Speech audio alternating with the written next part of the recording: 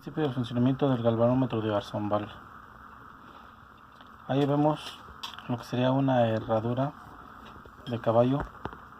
Esa herradura de caballo se procede a magnetizarla por medio de cualquiera de los métodos de magnetización: inducción, fricción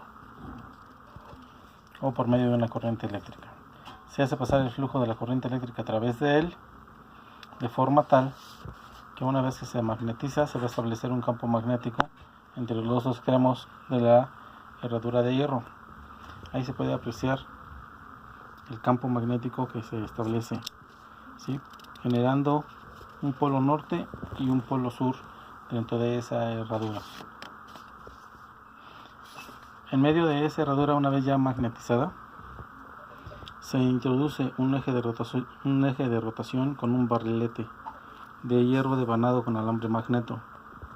Como ya hemos visto, ese barrilete se va a establecer un campo magnético en el momento en el que se va a interactuar con el polo norte y con el polo sur, haciendo una fuerza de atracción y repulsión entre ambas. Una vez que se establece esa fuerza, se ponen unos elementos estabilizadores con una aguja al centro y un resorte de torsión. Esos elementos van a permitir que la aguja regrese a su posición original, que sería al centro.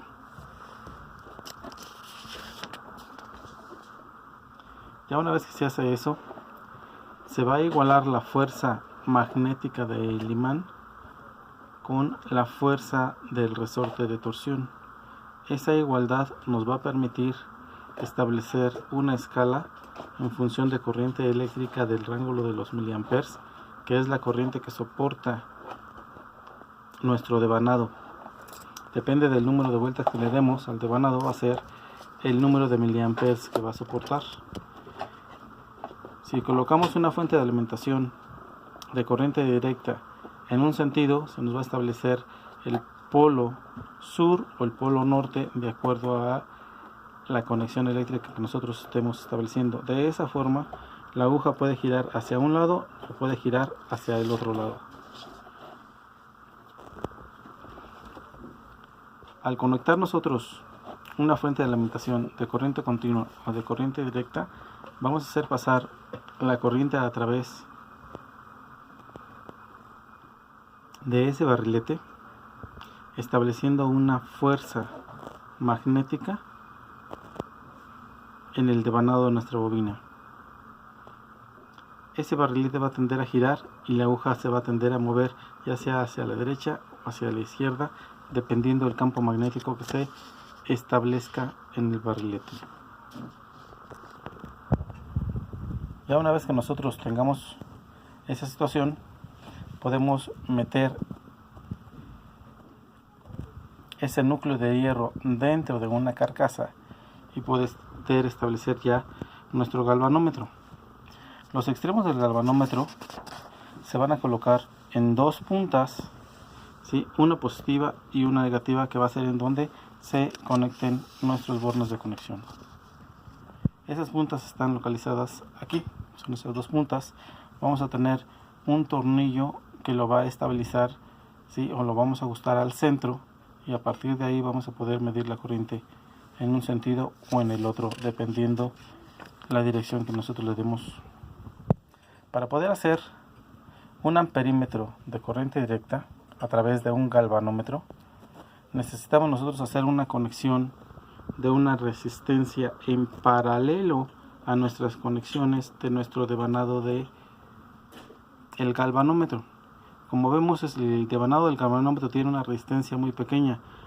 Como consiguiente, esta resistencia tiene que ser de una resistencia mucho más pequeña para que sea una resistencia en derivación. También se le conoce como resistencia shunt. Cuando hacemos pasar corriente eléctrica a través de una fuente de alimentación al galvanómetro, la mayor cantidad de la corriente se va a ir por esa resistencia eléctrica en derivación llamada resistencia shunt. De esa forma elaboramos lo que sería un amperímetro de corriente directa. Para poder elaborar un voltmetro, esa resistencia se conecta en serie con cualquiera de los dos bornes. Esta resistencia en serie se le conoce como resistencia multiplicadora y nos va a limitar la cantidad de corriente que va a ingresar dentro de nuestro instrumento de medición, la máxima permisible que pueda soportar nuestro devanado. En este caso nos indica 10 miliamperes.